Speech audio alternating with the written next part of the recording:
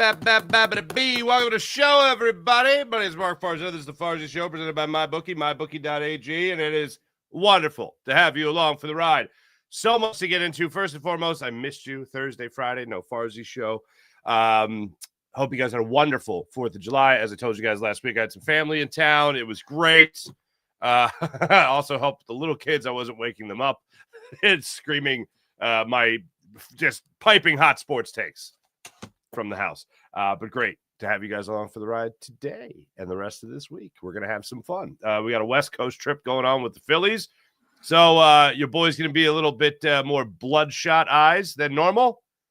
And we have some things to celebrate with your first place Philadelphia Phillies, including Zack Wheeler tossing a complete game one-hitter to help the Phillies, guide the Phillies, lead the Phillies to a 2-1 series win over the Cincinnati Reds. Bryson Stott came up with the big hit in that one to help get the win for Zack Wheeler, not just going to that 9th inning sweating, just sweating. But no, they got him a 2-run lead. That was great. We'll hear from Zack Wheeler. One of the questions to Zack Wheeler after the game yesterday was not to state the blatantly obvious, but just how much of a zone did you feel like you were in today? And you'll hear Wheeler's response, but I'll give you a little spoiler to it. It was along the lines of like, this is kind of how I feel every day. And I'm like, oh, good for you, man. I wish we could all be there. But he was absolutely amazing yesterday. Absolutely amazing. Fastball on 7 of his 12 strikeouts came by way of the fastball. He used that beautifully, made that one mistake to Austin Hayes, of all people. He also talked about that after the game. And the more he talked about it, the more I was just waiting for him to say, I threw him a meatball. I just threw him a big, ginormous meatball is what I threw him, unfortunately. And that was the only real mistake he made. I mean, going down in the count 3-1 is also not the best thing, but that pitch that he made is also not the best thing. But everything else that he did do was pretty much the best thing. We have some concerns about Bryce Harper that we're going to get into on the show today. Again, Bryson Stott coming up with a big hit yesterday. Look, I don't see a world where Edmundo Sosa becomes the everyday second baseman in the very near future. I don't see that happening in the very near future. I still think they're going to give Bryson Stott continued opportunities to break out of it. Bottom line is because they absolutely love his approach at the plate, and they feel like there is a much better hitter in him. He's got to prove it. He's got to prove it. On the other side of things, Philly's really bouncing back, especially in this series after a rough game 1 on the 4th of July, and then in game 2, coming out, using the long ball, bullpen being great after a surprise short start for Ranger Suarez. Look, I understand that managers, coaches, they're not always going to come out and be like, hey, by the way, this is our game plan today.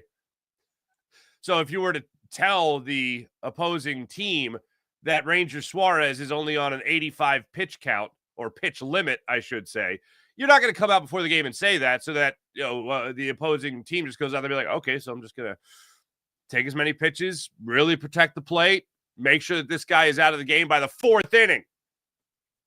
Would have been 1 inning earlier, but I understand the managers aren't going to really reveal the game plan throughout. I get it. It makes sense.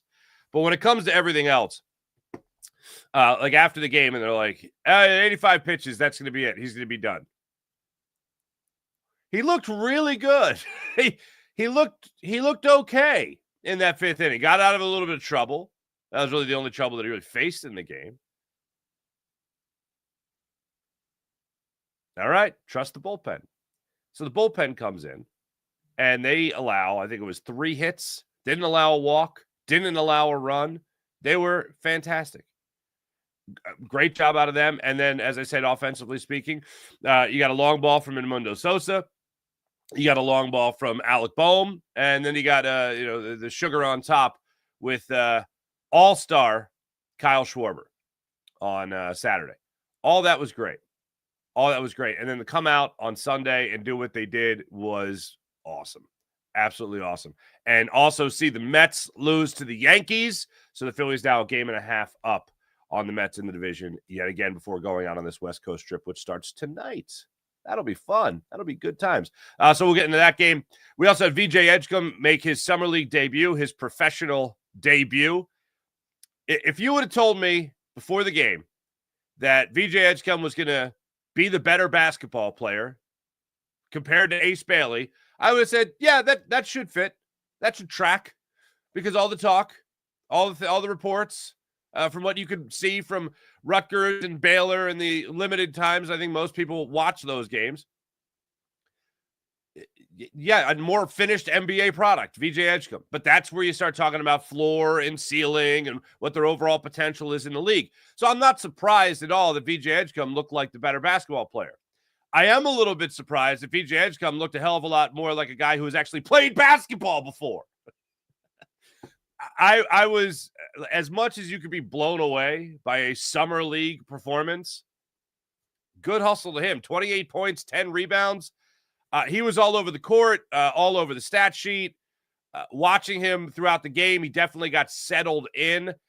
I never really felt like he looked great as a point guard, certainly. I know that's something that they're working on, so you take it with a grain of salt. But, man, he wanted all the smoke in that game. And Ace Bailey, just comparing him individually, and I said this, I did a post-game show, like a post-cast, essentially, for the Sixers Summer League game on Locked On 76ers YouTube channel. And I said this on there. Ace Bailey's not a guard. So he's got to work for the ball. He can't just be an on-ball guy all the time.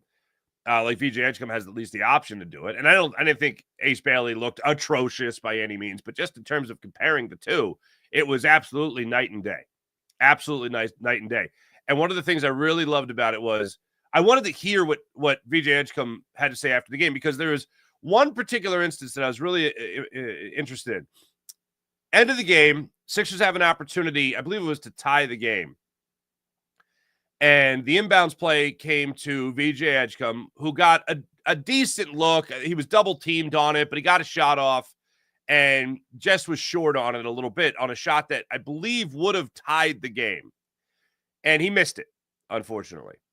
And I'm thinking, yeah, to us, we could just say, oh, come on. This is Summer League. This doesn't matter. Who cares? Throw your hands up. It doesn't matter. Whatever.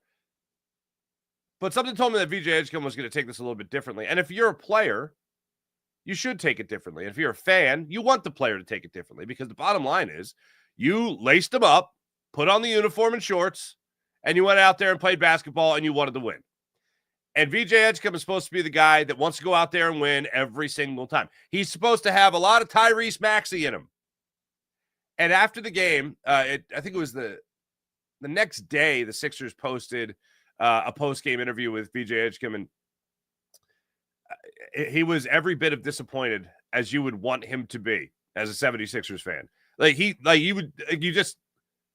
just lost a playoff game, essentially. And he had a shot in his hands that he let rip, that he clanked off the rim. Like, he was that disappointed about Summer League.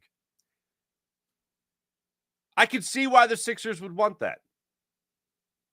And one NBA game is not changing who I think is going to have the better overall NBA career. I still think that's going to be Ace Bailey. But hell of a start there, VJ Edgecombe. Hell of a start. If you were, don't you dare take Ace Bailey. VJ Edgecombe is the end-all, be-all. If that was your mindset going into it, congratulations. That felt like a big win for you personally, just that performance.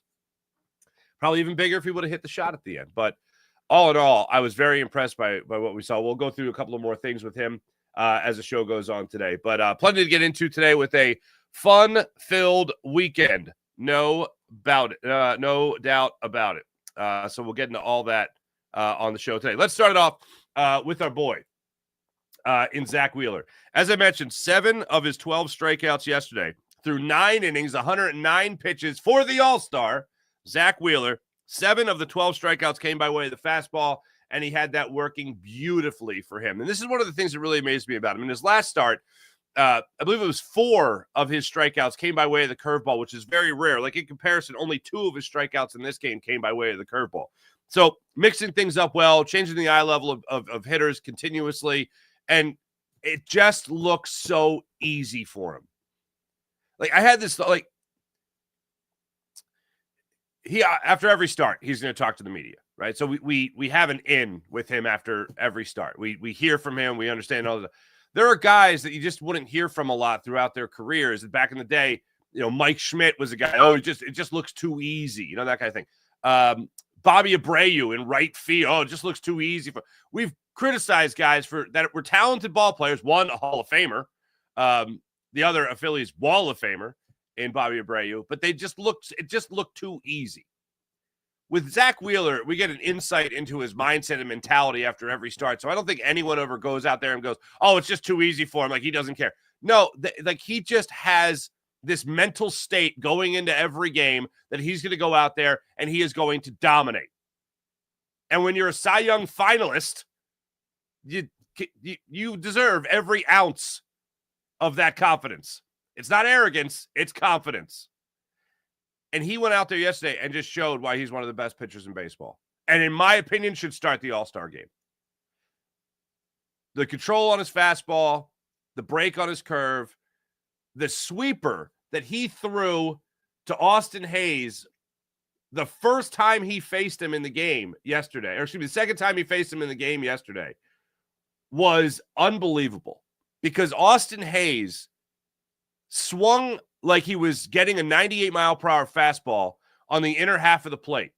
I'm talking about that bat was around his shoulder, and then 3 seconds later, it popped the mitt of JT Realmuto. He threw him a sweeper on that pitch that Austin Hayes completely either misread or totally guessed wrong. Now, did he later get revenge on him? He absolutely did. But in that particular instance, had him completely fooled. And that's one pitch that I looked at in that game, and I was just like, oh, damn, he's got something cooking today. And I wasn't going to predict a complete game. I wasn't going to predict a one-hitter, but he had everything dialed in that game. Here he is after the game yesterday when he was addressing the media, talking about whether or not he felt more in the zone than usual. Same zone as I'm always in, but I was able to, get early contact, kind of get in and out of innings quick, and credit to JT. Back there behind the plate as always. He's carried me ever since I've been here, so it's an honor to throw to him. But just the defense made some good plays also. Boom, Stott, Nick and Wright. So it's all around good game today. Absolutely. A lot of guys going out there doing their thing. No question about that. But all in all, the dialed in, if you want to call it that, you want to call it being in the zone. There were a couple of instances where he just, it was like he threw pitches, and before the batter even knew what they were doing, Wheeler was already walking off the mound. That was the type of start this was. And I highly recommend, if you didn't see this game, go back and at least watch the extended highlights of it, because you're just going to see a pitcher that was absolutely dialed in. Now, as great as Zack Wheeler was, as great as the bullpen was in game 2 of this series, the Phillies scoring as many runs as they did in the series in total, especially game 1, but losing game 1. There's a big problem the Phillies have. And this problem makes Phillies fans look really, really smart, because this is the problem that you guys bring up all the time. And I know I mention this from time to time as well. Yeah, this is great for a lot of reasons. To see a pitching staff go out and do what they did, to see a bullpen do what they did, to see a team at least score runs in games, because we had the Houston series where you saw one measly run across the plate, and then have some struggles in Atlanta as well, unfortunately, although you took 2 or 3 there. All of a sudden, Phillies inability to hit with runners in scoring position, to hit with men on base. It seems damn near impossible. And the point we bring up more than ever, more than anything else, the point we bring up is all about whether or not this team can score without hitting the long ball. They got a bloop RBI single yesterday from Kyle Schwarber that tied the game at 1. And then in the 8th inning, when I heard T-Mac during the game say, there's no one up in the bullpen, so this implies that Zack Wheeler is going to come out there on the mound. I'm thinking, get him the win. Just get him the win. Just get him the lead, excuse me. Get him the lead. He'll get you the win. And Bryson Stott hit the 2-run home run. So again, 3 home runs in game 2 of this series that led to all 5 of your runs. And then 2 of your 3 runs yesterday came by way of the long ball. If the Phillies aren't hitting the long ball, they're not scoring runs. Phillies, in this series in total, 0 for 10 yesterday with runners in scoring position. 3 for 13 the previous game. 0 for 5 the previous game to that. 10 men left on base, 11 men left on base, 3 men left on base. 24 men left on base. 3 for 27 with runners in scoring position in this series. Hey, I'm ecstatic that they still won the series. But when you got ducks on the pond, man, you got to bring them in. Or as my little league coach used to say, ducks on the pond, swing the willow wand, whatever. To me, that is obviously something the Phillies need to improve upon. And look, you score runs, that's the end-all be-all. But we all know that the long ball goes ice cold for the Phillies from time to time. So manufacturing runs, playing some small ball, that helps the cause. When Brandon Marsh laid down that bunt the other day, I was going to do a cartwheel because it's something we just rarely see. And also, Brandon Marsh, not a guy that should be laying down bunts considering how well he's been hitting as of late. Rather see him swing away, but the fact that he was able to do it for the sake of small ball, then, yeah, let's grow that. Let's water that seed a little bit more. So in those days where you do have the struggles, in those weekends, in those 5-game stretches, whatever it might be, where all of a sudden you can't hit the broadside of a barn, use another cliche, you have something else you can default to. Something a little bit easier. One thing that did, now I know Castellanos did have the home run, but one thing I've noticed from him is this year it lasted a lot longer. I started last year thinking, dude, if this dude swings at low and away sliders, if this guy swings at curveballs that are 10 feet outside the zone, oh, so help me God, that kind of thing.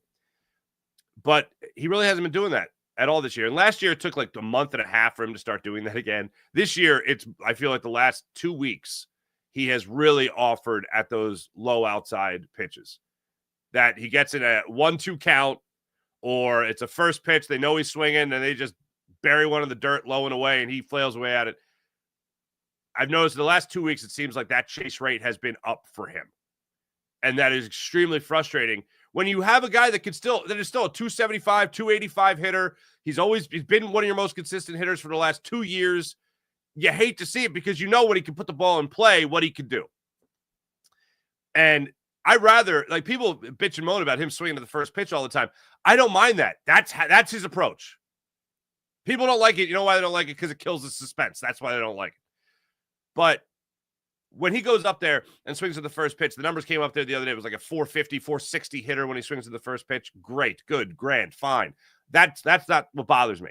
What bothers me is the 0-2 count, and he thinks he's getting a fastball inner half of the plate. And they just bury one outside, and he just flails away at it. That's what frustrates me more than anything with Nick Castellanos. It seems like over the last 2 weeks, maybe I'm crazy, maybe, I don't know, maybe you notice the same thing. It seems like there's been he's reverted back to that unfortunate habit. The other thing here with the Phillies before the trade deadline also, by the way, later this month, the other thing with this Phillies team is Bryce Harper. And he has not exactly looked great since coming off the IL. And I am willing to give a small grace period to Bryce Harper because I know we all know, if you listen to his comments when he came off the IL, the comments were more in the vein of, I shouldn't be doing this, but I can't stand just sitting around and I don't think I can make it any worse. He's not 100% healthy. He's not looked good. He had a 2-hit game on the 4th. He had a 4-strikeout game in game 2 of the series where he just flat out looked lost. Yesterday, just again, not the time. The reason I'm willing to give a timing is because he missed essentially a month, and he's still coming back less than 100%. I don't even know if the guy's 90%. I'm going to go ahead and give a 2-time MVP a little bit of grace. I'm going to give a guy who's performing in the playoffs a little bit of grace, but it ain't going to be much. I look, I never tell fans, not to boo or to give anyone a pass by any means, and I'm not doing that for Bryce Harper. I'm saying a grace period. All right, you got yourself one more week. I'll be paying attention to what goes on in the during the All-Star break. I'll be paying attention to what goes on the West Coast trip, obviously. For those that aren't going to stay up, I'll keep you abreast of everything.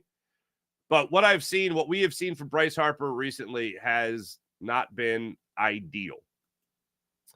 Before he went on the IL, I've mentioned it many times, you're talking about a guy that was batting around 300. You're talking about a guy that looked like he was really starting to put things together for the season. And since he has come back from the IL, it has not been good. I mentioned the 2 hits he had in the 4th. He had 1 hit against the Padres on the 2nd. 0 for 2 in his return 25 days later. But did work a walk, did get hit by a pitch in the foot. But the last 2 games, 6 strikeouts, 9 strikeouts in total in his 4 games since returning. Talk about flailing away at low outside pitches. He's had that in the last 4 games. I'm not going to jump on him for 4 or 5 games since he returned. I think this man has earned a little bit of a grace period here. And I know people will bring up $330 million. I don't care. It doesn't do anything for him in the batter's box. And look, you want to talk about $330 million? Yeah, because of that, you might have to be patient for a second when it comes to him coming back from an injury he still has. I know a lot of people felt like they were done with him before he went on the IL. I certainly wasn't there either, especially because I feel like he really started. He did. He started to turn things around. It's unfortunate timing. I'm going to give him probably this road trip. Then he gets a little bit of a break for the All-Star break, and then he better come out swinging early in that second half and helping this team stack the W's coming out of the All-Star break. Phillies, by the way, they start in San Francisco tonight for a 3-game series. And then they're in San Diego for 3. And that's how they wrap up the unofficial first half of the season. Philadelphia 76ers, Summer League, Game 1. As fate would have it, they tipped off against Ace Bailey and the Utah Jazz. Sixers lost the game. Nobody in the fan base really cares. The only thing they care about is how did VJ Edgecombe do when squaring off, essentially, against Ace Bailey.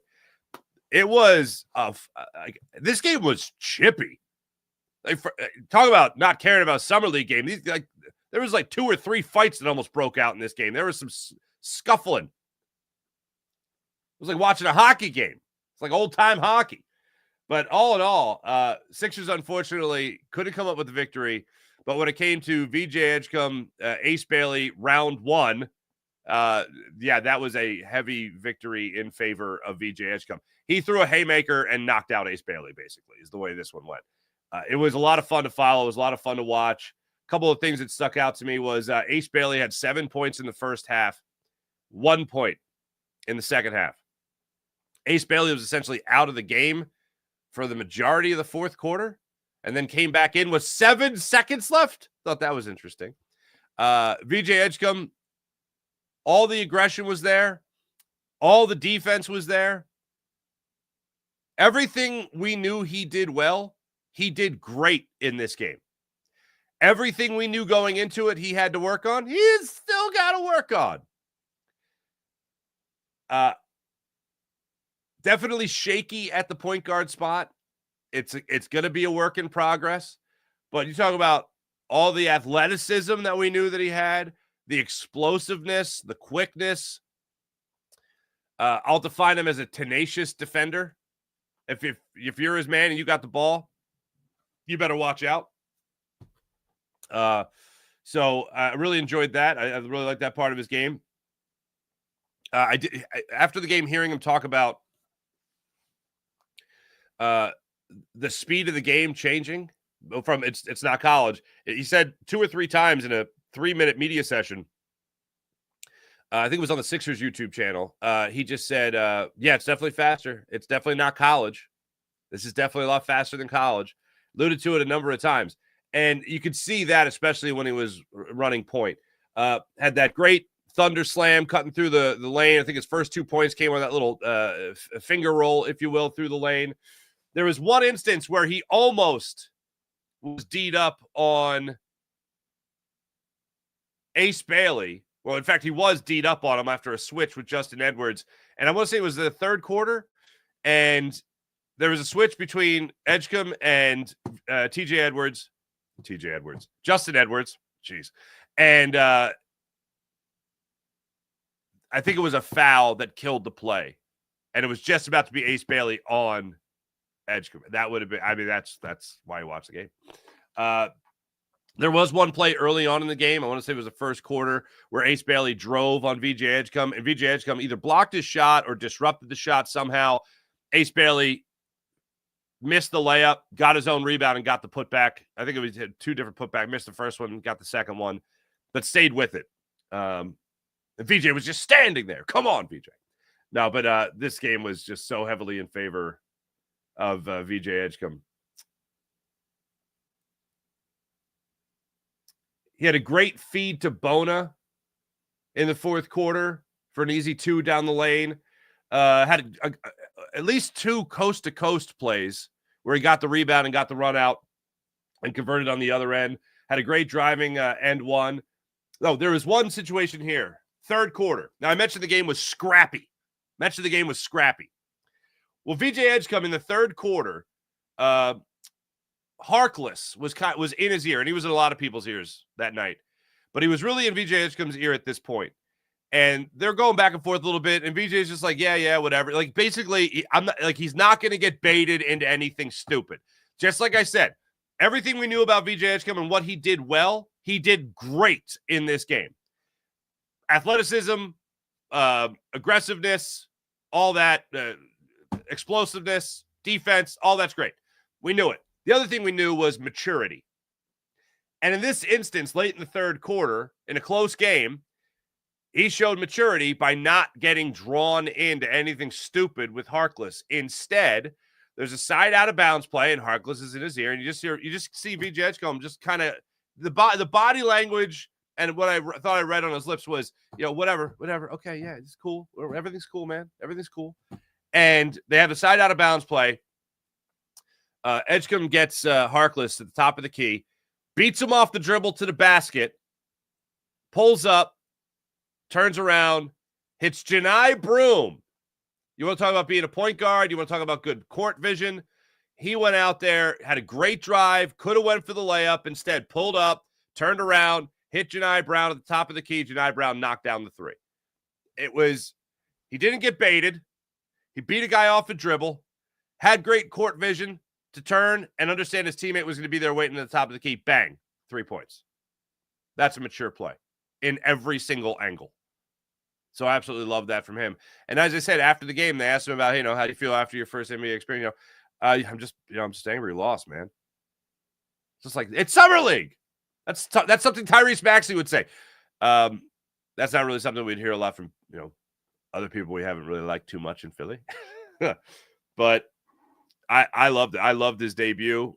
They got another game tonight. I think this is against OKC. But yeah, I'm looking forward to it all. That was a lot of fun watching game 1 of this. A couple other things that stood out to me from the Phillies first summer league game for the Sixers. Adem Bona, he looks like he's ready to start the season now. I don't know if he bulked up at all. He looks like he put on some muscle, which is great. He was extremely explosive. One of my favorite things on the stat sheet after the game, because it's summer league, and I think you need 10 fouls to foul out. He had 8 fouls. Adem Bona had 8 fouls. 7 of them came in the second half. He had 8.6 rebounds at halftime and 1 foul. He had 7 fouls in the second half, but he looked good. Janai Broom, hey, look, I don't mind a guy that will shoot from the outside, especially in today's NBA. And I think it was, of course it was. It was me and Keith Pompey talking about it last week. who's going to be power forward for the Sixers and all that. Is it just going to be Paul George? Is VJ Edgecombe going to be in there as a 3? Is Kelly Oubre going to be in your starting 5? Is he going to be a power forward? Just trying to work it all out. Like, the power forward position isn't really a thing. I understand it's still a position, but in today's NBA, it's just a 4. Like, I don't like calling them power forwards anymore. It's a 4 more than anything. So I still don't know who plays that spot yet. I got to see who's healthy when the season starts. Got to see who else comes in through free agency, whatever the trades can be made. But right now, no, they don't have a traditional power forward. The question is, who's going to be the 4 with this lineup? Janai Broome is going to have to, in the modern NBA, where he might not be, he might be too lumbering to be a standard 4 of nowadays. But even to be a center, you have to have range to your game.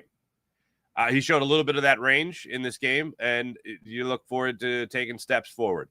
But all in all, I thought we saw a lot of what we saw at Auburn. We saw in this game as well, trying to play bully ball down low. I felt like he was shooting from the outside a little bit more. But all in all, I liked what I saw from Janai Broome. Bona, Broome. Justin Edwards was on Ace Bailey through most of the night. There was one play, and it was the start of the third quarter, and it just felt like Ace Bailey was kind of taken out of the game. And it looked like, to me, they were trying to get him involved right out of the half, and they ran a play, side out of bounds play to Bailey under the basket, and he just beat Justin Edwards, flat out beat Justin Edwards, who just signed a contract extension, by the way, with the Sixers. But he beat Justin Edwards to the basket, and Edwards, all he could do was just foul him. He just held the back of his jersey because he was beat. That it would have been an easy 2 points, so he made the play in that regard. But all in all, Justin Edwards didn't really show me a lot in this game.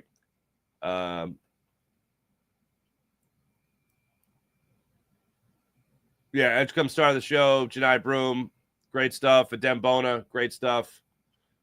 I was really big on I was really big on Adem Bona at the end of last year.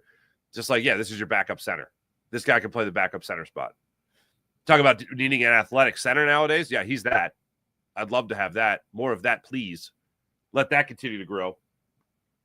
And that's what it looked like to me watching him in this summer league game. Just a guy that is ready to take that next step.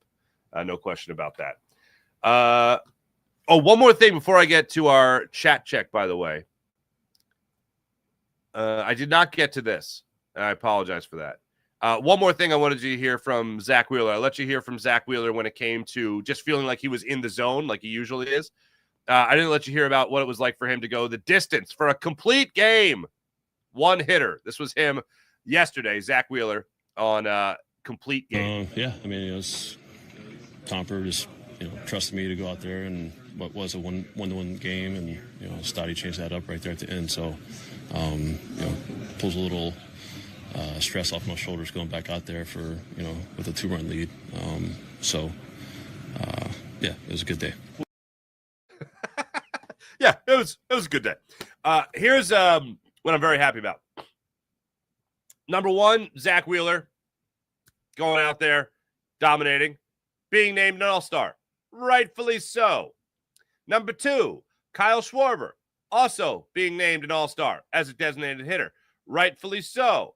I might be in the minority on this, but I am very happy that Kyle Schwarber is not participating in the home run derby for a couple of reasons. One, I don't really care. Two, we don't have to deal with the, well, is this going to mess up his swing for the second half of the season?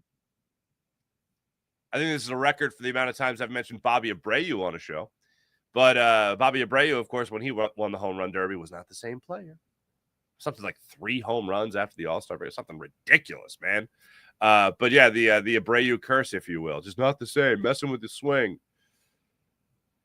Who was that? Jason Bay? Was that his name?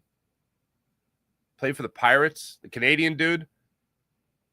He didn't hit a home run in the home run derby. And then I think he was done after that, like completely in his career. But yeah, I don't need to see Kyle Schwarber participate in the home run derby. That doesn't really do much for me. I'd rather him just, hey, take this time, rest, That's 100 swings you don't got to worry about, especially when you're swinging for the fences. Just be ready to go in the post. Look, this is going to be a down to the wire finish for the NL East. I've told you guys throughout the entire process, throughout the struggles, that this team is going to the playoffs. I'm just not sure as to whether or not they're going to be a wild card team or a division winner.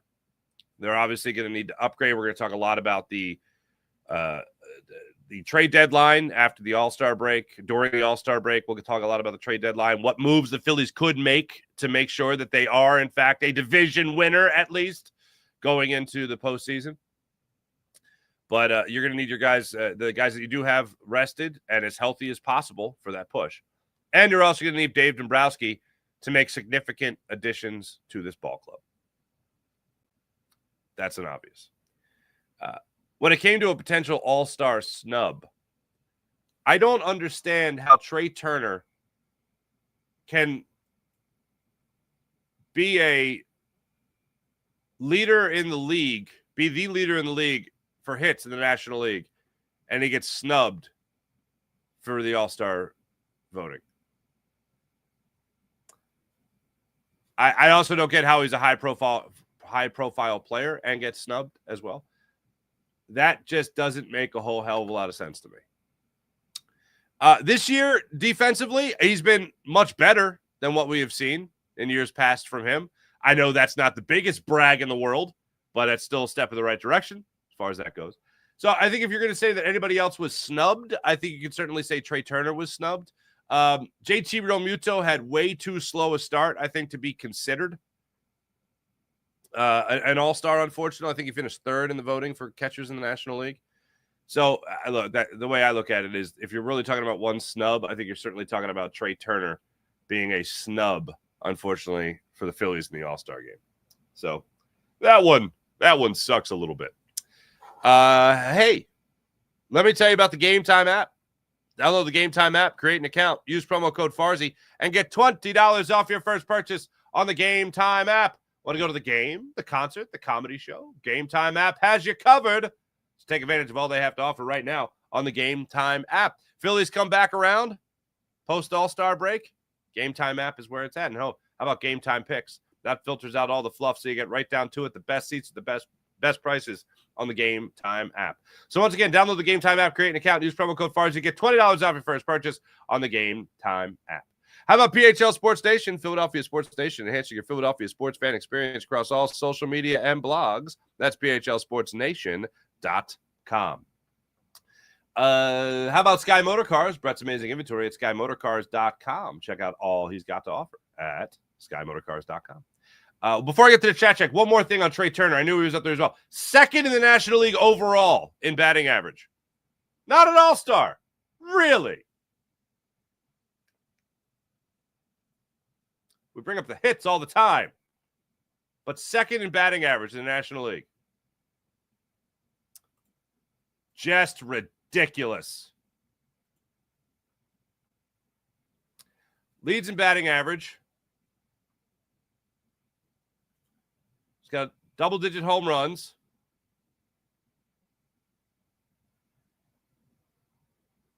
Him and Ellie De La Cruz lead in stolen bases with 22. Yeah. Ridiculous, I'm telling you.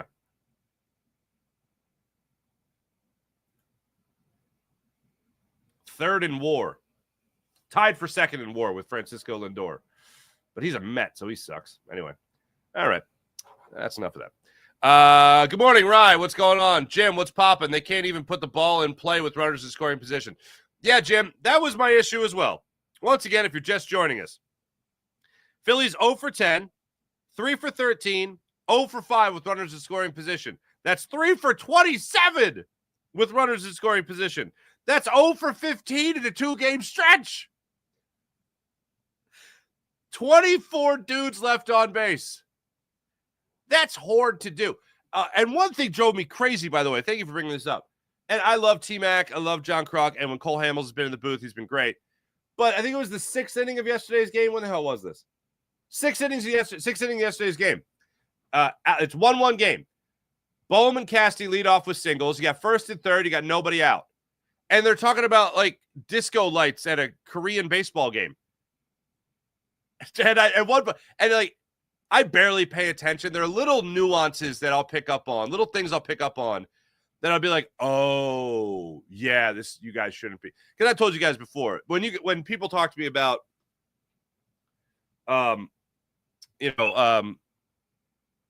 announcers, like, oh, I hate that announcer and all, this announcer stinks. I hate that announcer. That announcer's terrible. When they talk about that, I'm like, I rarely ever hear the announcers. I'm not paying attention to what they're saying usually. But sometimes something will get said. I'll be like, wait, what was that? Or my radar will go off. At this point in the game, they're talking about like disco lights at a Korean baseball game. And T-Mac, I hear T-Mac just go, first and third, nobody out.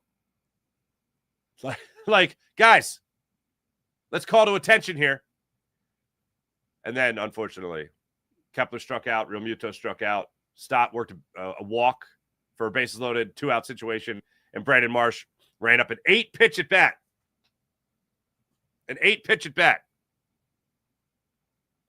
struck out, unfortunately, on a curveball. Sean Gillespie, hello. What's going on? Right. Phillies WNBA team, best basketball team in Philly, proved me wrong. Well, how about this? Who will make it out of the second round of the postseason first? Your Philadelphia 76ers or your Philadelphia WNBA unnamed team that won't exist till 2030? That's my question. Who will make it out of the second round of the playoffs first?